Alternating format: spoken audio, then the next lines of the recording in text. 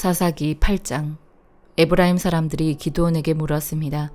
당신이 미디안과 싸우러 갈 때 우리를 부르지 않다니 이 일이 어떻게 된 것입니까? 그들은 그에게 격렬하게 항의했습니다. 기드온이 그들에게 말했습니다. 저와 지금 당신들을 비교할 수 있습니까? 에브라임의 끝물 포도가 아비에셀의 만물 포도보다 낫지 않습니까? 하나님께서 미디안 지휘관들인 오렉과 스앱을 당신들이 잡게 해주셨는데 당신들과 비교해서 제가 무엇을 했단 말입니까? 그가 이 말을 하자 그들의 화가 누그러졌습니다.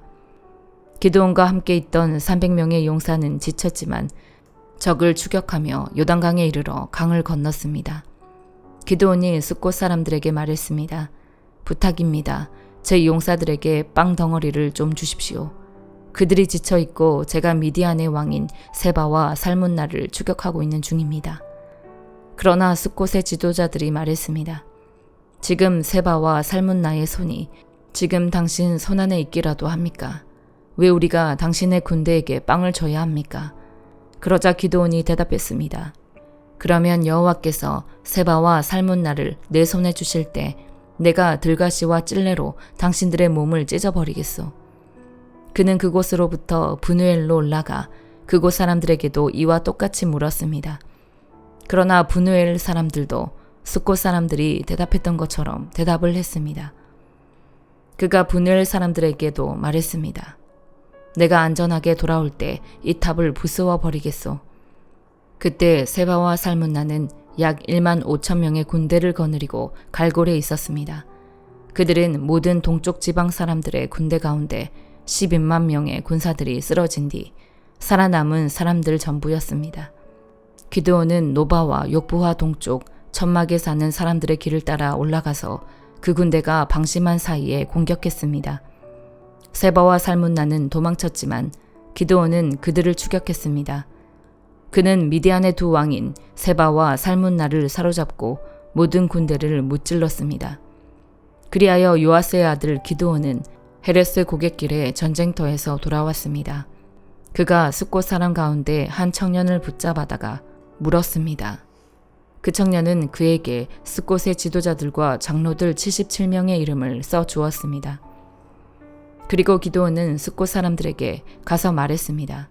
세바와 살문나를 보라. 너희가 그들에 관해 세바와 살문나의 손이 지금 당신 손안에 있기라도 합니까? 왜 우리가 지친 당신의 부하들에게 빵을 줘야 합니까? 라고 말하며 나를 조롱했었다. 그는 그 성읍의 장로들을 붙잡아서 들가시와 찔레를 갖고 숫곳 사람들에게 본때를 보여주었습니다. 그는 또 브누엘 탑을 허물고 그 성읍 사람들을 죽였습니다.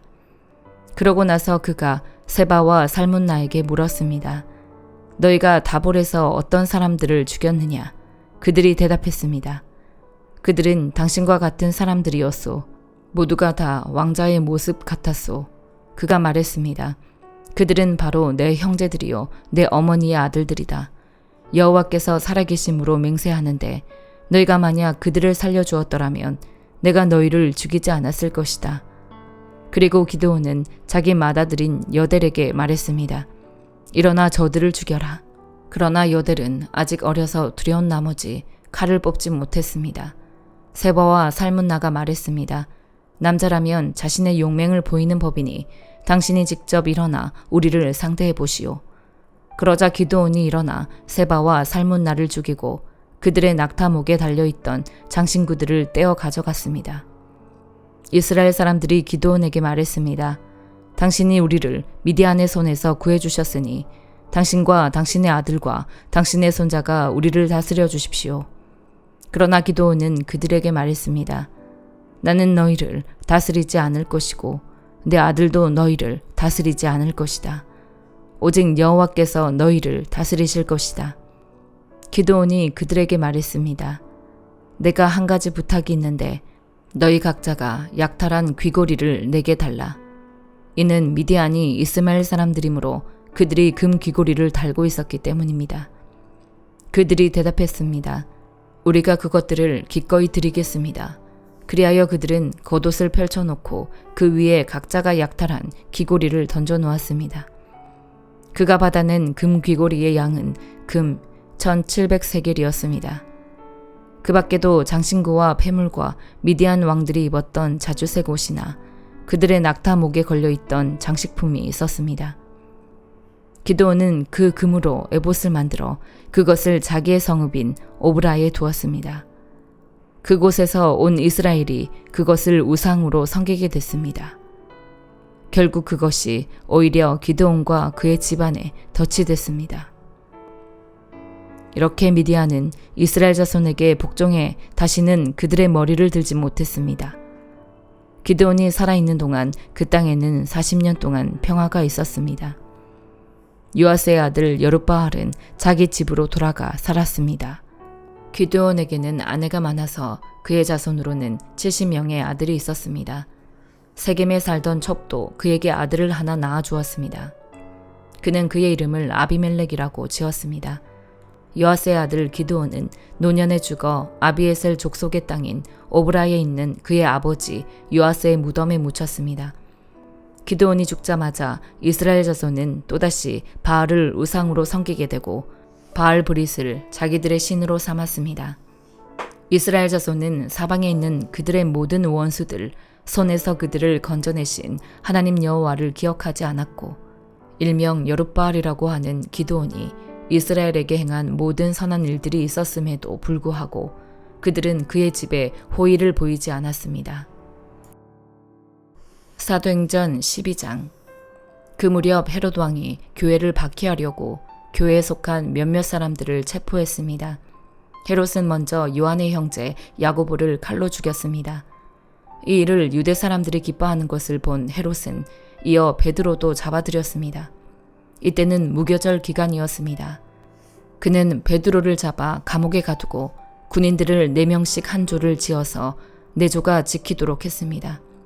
헤롯은 유월절이 지나면 그를 백성들 앞에 끌어내 공개적으로 재판할 생각이었습니다. 이렇게 베드로는 감옥에 갇혔고 교회는 그를 위해 하나님께 간절히 기도했습니다. 헤롯이 베드로를 재판장으로 끌어내려고 하던 전날 밤 베드로는 2개의 쇠사슬에 묶인 채 2명의 군인들 사이에서 잠들어 있었고 경비병들이 감옥 문을 지키고 서 있었습니다. 그런데 갑자기 주의 천사가 나타나더니 감방에 빛이 환하게 비치는 것이었습니다. 그가 베드로의 옆구리를 찔러 깨우며 어서 일어나거라 하고 말했습니다. 그러자 베드로의 손목에 매여 있던 쇠사슬이 풀렸습니다. 그때 천사가 베드로에게 허리띠를 메고 신을 신어라 하고 말하자 베드로는 그렇게 했습니다. 천사가 다시 겉옷을 입고 나를 따라오너라 하고 말했습니다. 베드로는 천사를 따라 감옥에서 나오면서도 도대체 천사가 하는 일이 꿈인지 생시인지 알 수 없었습니다. 그저 환상인 것만 같았습니다. 그들은 첫 번째 경비병들과 두 번째 경비병들을 지나서 성으로 통하는 철문에 이르렀습니다. 그 문이 저절로 열려 그들은 바깥으로 나왔습니다. 거리를 하나 지나자 갑자기 천사가 떠나갔습니다. 그제야 비로소 베드로는 정신이 들어 이제야 분명히 알겠다. 주께서 천사를 보내 헤롯의 소나기와 유대 사람들의 모든 기대에서 나를 구해주셨다라고 말했습니다. 이 사실을 깨달은 후 그는 마가라고도 하는 요한의 어머니 마리아의 집으로 갔습니다. 많은 사람들이 그곳에 모여 기도하고 있었습니다. 베드로가 대문을 두드리자 로데라는 어린 여종이 문을 열어주러 나왔습니다. 여종은 베드로의 목소리인 줄 알아차리고 너무나 기뻐서 문 여는 것도 잊은 채 달려가 베드로가 문 밖에 와 있다고 소리쳤습니다. 그러자 사람들이 여종에게 네가 미쳤구나라고 말했습니다. 그러나 여종이 계속 사실이라고 우겨대자 그들은 베드로의 천사겠지라고 말했습니다. 그때 베드로가 계속 문을 두드렸습니다. 그들이 문을 열고 베드로를 보더니 깜짝 놀랐습니다. 베드로는 조용히 하라고 손짓하며 주께서 자신을 감옥 밖으로 끌어내신 경위를 설명했습니다. 이 사실을 야고보와 그 형제들에게 알려주시오라고 말하고서 베드로는 다른 곳으로 떠났습니다. 아침이 되자 베드로가 없어진 일로 인해 군인들 사이에는 적지 않은 소동이 벌어졌습니다. 헤롯이 샅샅이 뒤져보았지만 베드로를 찾을 수 없게 되자 헤롯은 경비병들을 심문한 뒤 그들을 대신 처형하라고 명령했습니다. 당시 헤롯은 두로와 시돈 사람들을 못마땅하게 여기고 있었습니다. 그래서 그들은 무리를 지어 헤롯에게 와서 왕의 지종 블라스도를 설득해 화친을 요청했습니다. 이것은 자기들이 헤롯 왕의 영토에서 나는 양식을 공급받고 있기 때문이었습니다. 약속한 날에 헤롯은 왕의 의복을 갖춰 입고 왕자에 앉아 사람들에게 연설을 했습니다. 그러자 사람들은 이것은 신의 음성이지 사람의 음성이 아니다라고 외쳤습니다. 그런데 헤롯이 하나님께 영광을 돌리지 않았기 때문에 주의 천사가 즉시 헤롯을 내리쳐서 그는 벌레에 먹혀 죽고 말았습니다. 그러나 하나님의 말씀은 점점 널리 퍼져서 믿는 사람이 더욱 늘어나게 됐습니다. 바나바와 사울이 자기 임무를 마치자 그들은 마가라고도 하는 요한을 데리고 예루살렘에서 돌아왔습니다. 예레미야 21장. 시드기야 왕이 말기야의 아들 바스울과 마아세야의 아들 제사장 스바냐를 예레미야에게 보냈을 때 여호와로부터 예레미야에게 임한 말씀입니다. 바벨론의 왕 느부갓네살이 우리를 공격하고 있으니 우리를 대신해서 여호와께 문의해 보아라. 혹시 여호와께서 우리를 위해 경이로운 일들을 행하시면 그가 우리에게서 물러갈 것이다. 그러나 예레미야가 그들에게 말했습니다. 너희는 시드기야에게 이렇게 말하라. 이스라엘의 하나님 여호와께서 이렇게 말씀하셨다. 보라, 성벽 밖에서 너를 포위하고 있는 바빌론 왕과 갈대아 사람들과 싸울 때 네 손에 있는 전쟁용 무기들을 내가 돌이킬 것이다. 그리고 내가 그들을 이 성읍 안으로 모아들일 것이다. 내 뻗은 손과 강한 팔로서 진노와 분노와 심한 격분 속에서 나 자신이 너와 싸울 것이다. 내가 이 성읍에 사는 사람들을 사람과 짐승 모두를 칠 것이다. 그리고 그들은 끔찍한 전염병으로 죽을 것이다. 여호와의 말씀이다. 그 후에 내가 유다 왕 시드기야와 그의 관료들과 전염병과 칼과 기근에서 살아남은 이 성읍 백성을 바빌론 왕 느부갓네살의 손에, 그들의 대적들의 손에, 그리고 그들의 생명을 찾는 사람들의 손에 넘겨줄 것이다. 그가 칼날로 그들을 내리칠 것이다. 그가 그들을 불쌍히 여기거나 인정을 베풀거나 동정하지 않을 것이다. 그리고 이 백성들에게 말하라. 여호와께서 이렇게 말씀하셨다. 보라, 내가 너희 앞에 생명의 길과 죽음의 길을 놓았다. 누구든지 이 성읍에 머물러 있는 사람은 칼과 기근과 전염병으로 죽을 것이다. 그러나 누구든지 나가서 너희를 포위하고 있는 갈대아 사람들에게 항복하는 사람은 살 것이고 그의 목숨이 그에게 노획물처럼 될 것이다. 여호와의 말씀이다. 내가 내 얼굴을 이 성읍으로 향한 것은 제단을 위해서지 좋은 일을 위해서가 아니다. 이 성읍은 바벨론 왕의 손에 넘어갈 것이고 그가 이 성읍을 불로 태울 것이다. 그리고 유다 왕의 집에 말하라. 여호와의 말씀을 들으라. 다윗의 집아, 여호와께서 이렇게 말씀하셨다. 아침마다 정의를 실행하고 압제자의 손에서 강탈당한 자를 구하라. 그러지 않으면 너희가 행한 악으로 인해 내 분노가 불같이 나갈 것이고 아무도 끌 수 없게 탈 것이다. 여호와의 말씀이다. 보라, 골짜기와 평원 바위에 사는 사람이여, 우리를 대적해 내려올 사람이 누구며 우리의 거주지로 들어올 사람이 누구냐고 말하는 사람아, 내가 너를 대적하고 있다. 여호와의 말씀이다. 그러나 내가 너희 행위의 열매를 따라 너희를 처벌할 것이다. 내가 그의 숲에 불을 질러 그 불이 그 주변에 있는 모든 것을 삼킬 것이다. 마가복음 7장. 예루살렘에서 온 바리새파 사람들과 몇몇 율법학자들이 예수 곁에 모여 있다가 예수의 제자들 가운데 몇 사람이 손을 씻지 않고 더러운 손으로 음식을 먹는 것을 보았습니다. 바리새파 사람들과 모든 유대 사람들은 장로들의 전통에 따라 손 씻는 정결 의식을 치르지 않고는 먹지 않았고 시장에 다녀와서도 손을 씻지 않고는 음식을 먹지 않았습니다. 그들이 지키는 규례는 이것 말고도 잔과 단지와 녹그릇을 씻는 등 여러 가지가 있었습니다. 그래서 바리새파 사람들과 율법학자들이 예수께 물었습니다. 왜 선생님의 제자들은 장로들이 전해준 전통을 따르지 않고 더러운 손으로 음식을 먹습니까? 예수께서 대답하셨습니다. 너희 위선자들에 대해 이사야가 예언한 말이 옳았다. 성경에 이렇게 기록됐다. 이 백성들은 입술로만 나를 공경하고 마음은 내게서 멀리 떠났다. 사람의 훈계를 교리인 양 가르치고 나를 헛되이 예배한다. 너희가 하나님의 계명은 버리고 사람의 전통만 붙들고 있구나. 그리고 예수께서 그들에게 말씀하셨습니다. 너희는 너희만의 전통을 지킨다는 구실로 그럴듯하게 하나님의 계명을 제쳐두고 있다. 모세는 네 부모를 공경하라라고 했고 누구든지 자기 부모를 저주하는 자는 반드시 죽을 것이다 라고 했다.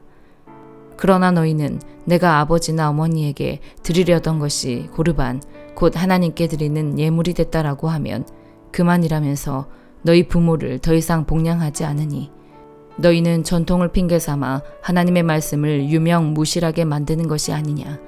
또 너희가 많은 일들을 이런 식으로 행하고 있다. 예수께서 다시 사람들을 불러 말씀하셨습니다. 너희는 모두 내 말을 잘 듣고 깨달으라. 몸 밖에 있는 것이 사람 속으로 들어가 사람을 더럽게 하지 못한다. 오히려 사람 속에서 나오는 것이 사람을 더럽게 하는 것이다. 예수께서 사람들을 떠나 집 안으로 들어가시자 제자들이 이 비유에 대해 물었습니다. 그러자 예수께서 물으셨습니다. 너희는 아직도 깨닫지 못하느냐? 몸 밖에서 사람 속으로 들어가는 것이 사람을 더럽게 하지 못하는 것을 너희가 알지 못하느냐? 그것은 사람의 마음으로 들어가는 것이 아니라 뱃속으로 들어갔다가 결국 몸 밖으로 나오기 때문이다. 그러므로 예수께서는 모든 음식은 깨끗하다라고 선포하신 것입니다. 예수께서 이어 말씀하셨습니다. 사람 안에서 나오는 것이 바로 사람을 더럽게 하는 것이다. 사람 속에서 곧 사람의 마음에서 나오는 것은 악한 생각, 음란, 도둑질, 살인, 간음, 탐욕, 악의, 거짓말, 방탕, 질투, 비방, 교만, 어리석음이다. 이런 악한 것들은 모두 안에서 나오고 사람을 더럽게 한다. 예수께서는 그곳을 떠나 두로와 시돈 지방으로 가셨습니다. 어떤 집에 들어가 아무도 모르게 계시려 했지만 그 사실을 숨길 수가 없었습니다. 더러운 귀신 들린 어린 딸을 둔 여인도 예수의 소식을 듣자마자 와서 그 발 앞에 엎드렸습니다. 그 여인은 수로보니게 출신 그리스 사람이었는데 자기 딸에게서 귀신을 쫓아달라고 예수께 애원했습니다. 예수께서 여인에게 말씀하셨습니다. 자녀들을 먼저 배불리 먹게 해야 한다. 자녀들이 먹을 빵을 가져다가 개에게 던져주는 것은 옳지 않다. 여인이 대답했습니다. 그렇습니다. 주여, 하지만 개들도 식탁 밑에서 자녀들이 떨어뜨린 부스러기를 주워 먹습니다. 그러자 예수께서 말씀하셨습니다. 네가 그렇게 말했으니 어서 가 보아라. 귀신이 네 딸에게서 나갔다. 여인이 집에 돌아가 보니 귀신은 떠나가고 딸아이가 침대에 누워 있었습니다. 그 후 예수께서 다시 두로와 시돈 해안을 떠나 데가볼리 지방을 거쳐 갈릴리 호수로 가셨습니다. 그곳에서 어떤 사람들이 듣지 못하고 말도 못하는 사람을 예수께 데려와 안수해달라고 간청했습니다. 예수께서 그를 멀찌감치 따로 데리고 가셔서 그의 귀 속에 손가락을 넣으시고 손에 침을 뱉어서 그의 혀에 손을 대셨습니다. 그리고 예수께서 하늘을 쳐다보며 깊은 숨을 크게 한 번 쉬고는 그에게 에바다 라고 말씀하셨습니다. 이 말은 열려라 라는 뜻입니다. 그러자마자 그 사람은 귀가 뚫리고 혀가 풀리더니 제대로 말하기 시작했습니다. 예수께서 이 일을 아무에게도 말하지 말라 하고 사람들에게 명령하셨습니다. 그러나 예수께서 하지 말라고 하실수록 그들은 더욱더 말하고 다녔습니다. 그들이 몹시 놀라 이렇게 말했습니다. 예수께서 행하시는 모든 것은 참으로 대단하다. 듣지 못하는 사람도 듣게 하시고 말 못하는 사람도 말하게 하신다. 아멘.